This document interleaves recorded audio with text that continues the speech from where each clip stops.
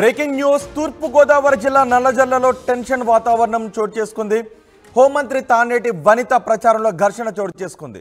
హోంమంత్రి బస చేసిన ఇంటిపై దాడి జరిగింది. ఒకరిపై ఒకరు రాళ్లు రువ్వుకున్నారు వైసీపీ టీడీపీ కార్యకర్తలు. హోంమంత్రి ఉన్న ప్రాంతంలోనే కార్లు కూడా ధ్వంసమయ్యాయి. ఆ దృశ్యాలన్నీ సీసీటీవీలో రికార్డ్ అయ్యాయి. తానేటి వనిత గోపాలపురం నియోజకవర్గం నుంచి ఇప్పుడు పోటీలో ఉన్నారు. ఆమె బస చేసిన చోట టీడీపీ కార్యకర్తలు వైసీపీ కార్యకర్తలు ఒకరికొకరు రాళ్లు రువ్వుకున్నారు. హోంమంత్రి ఉన్న ప్రాంతంలో కుర్చీలు కార్ల అద్దాలు ధ్వంసం చేశారు. టీడీపీ వర్సెస్ వైసీపీ ఘర్షణతో రాత్రి హైడ్రామా చోటు చేసుకుంది. ఆ ఘర్షణ దృశ్యాలు సీసీటీవీలో రికార్డ్ అయ్యాయి. వాటిని పోలీసులు పరిశీలించి కేసులు నమోదు చేస్తూ ఉన్నారు. ఒక్కసారి రాత్రి ఏం జరిగింది, సీసీటీవీలో ఏం రికార్డ్ అయ్యాయో చూద్దాం.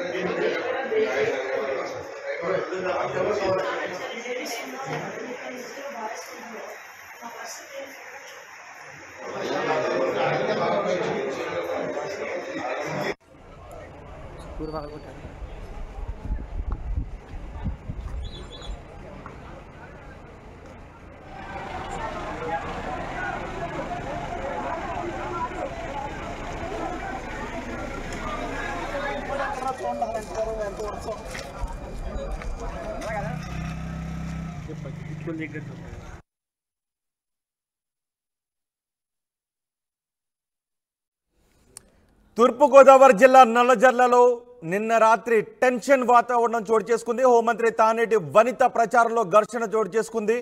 హోంమంత్రి వనిత బస చేసిన ఇంటిపై దాడి జరిగింది. ఒకరికొకరు రాళ్లు రువ్వుకున్నారు టీడీపీ వైసీపీ కార్యకర్తలు.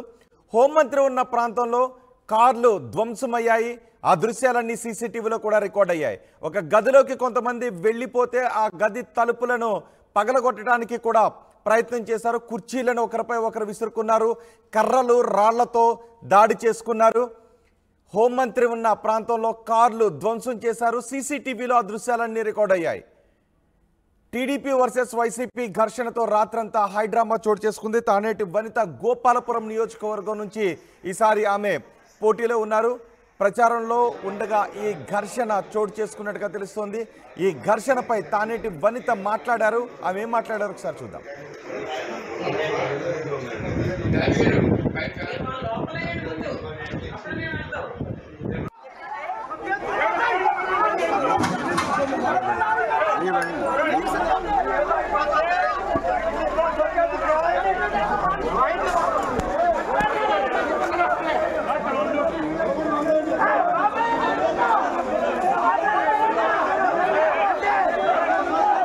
నల్లజర్ల మండలం అచ్చన్నపాలెం నల్లజర్ల 2 గ్రామాల్లో కూడా ఈవినింగ్ టైం మేము ప్రచార కార్యక్రమం చేసుకోవడం జరిగిందండి.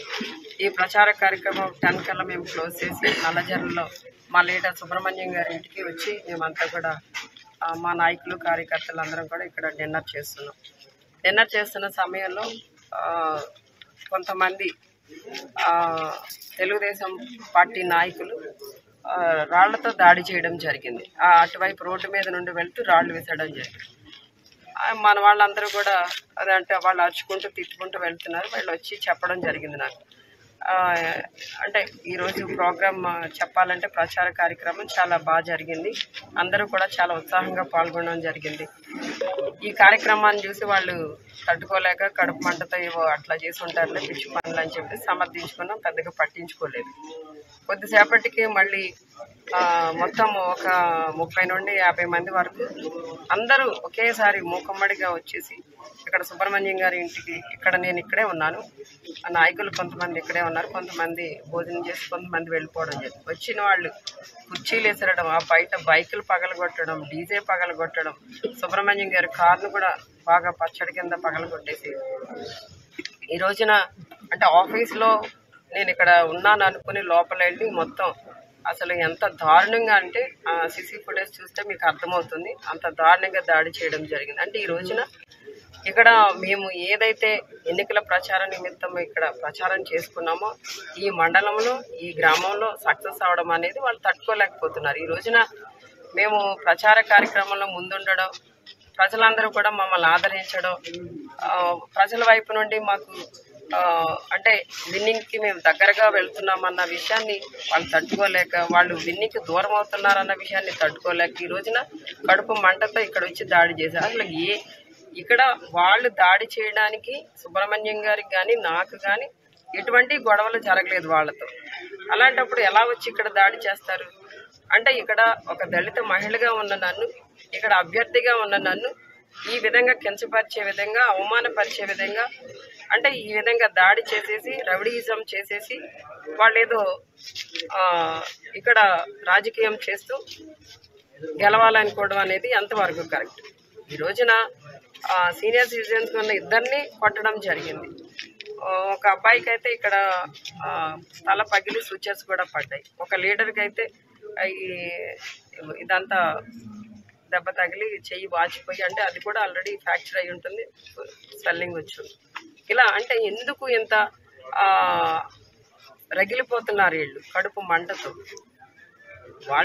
వాళ్ళు ప్రచారం వాళ్ళు చేసుకోవాలా, మా ప్రచారం మేము చేసుకోవాలా, ప్రజలు ఎవరిని ఆదరిస్తే వాళ్ళకి విన్నింగ్ అనేది వస్తుంది. ఆ విషయం కూడా తెలియకుండా వాళ్ళు ఇష్టం వచ్చినట్టు, ఈవెన్ క్యాండిడేట్ కూడా వచ్చేసాడండి ఇక్కడికి. ఎంత దౌర్భాగ్యమో చూడండి.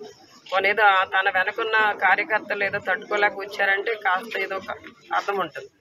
క్యాండిడేట్ కూడా వచ్చేసి ఇక్కడ అల్లర్లు చేసేసి కొట్టేసి, ఏంటి ఈ సంస్కృతి, ఏంటి ఈ రాజకీయం ఏంటి అర్థం కావట్లేదు. ఈ తెలుగుదేశం నాయకులందరూ మళ్ళీ ఏదో దెయ్యాలు వేదాలు వల్లించినట్టు మళ్ళీ ఏవో సూక్తులు చెప్తూ ఉంటారు. ఈ పద్ధతి అయితే కరెక్ట్ కాదండి. ఈ రోజున వీళ్ళంతా కూడా ఇలాగ చిన్న చిన్న నాయకుల మీదనో చిన్న చిన్న కార్యకర్తల మీదనో దాడి చేసే పరిస్థితిని అయితే తీవ్రంగా మేము ఖండిస్తున్నాం. ఆల్రెడీ కేసు పెట్టడం జరిగింది, కంప్లైంట్ ఇవ్వడం జరిగిందండి. ఎఫ్ఐఆర్ ఫైల్ అవుతుంది. విచారణ జరిగిన తర్వాత దాన్ని బట్టి నిర్ణయాలు ఉంటాయి.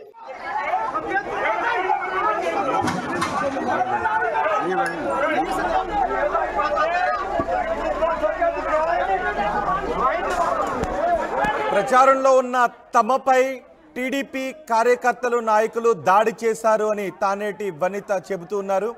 టీడీపీ నాయకులే తమ కార్యకర్తలను గాయపరిచారు అని తానేటి వనిత చెబుతున్నారు. ఒకసారి మా ప్రతినిధి మణికుమార్తో మాట్లాడదాం. మణికుమార్, మా ప్రచారం మేము చేసుకుంటూ ఉంటే టీడీపీ నాయకులు మాపై దాడికి పాల్పడ్డారు అని తానేటి వనిత అంటూ ఉన్నారు. అసలు ఏం జరిగింది? తానేటి వనిత బస చేసిన చోటుకి టీడీపీ నాయకులు ఎందుకు వచ్చారు?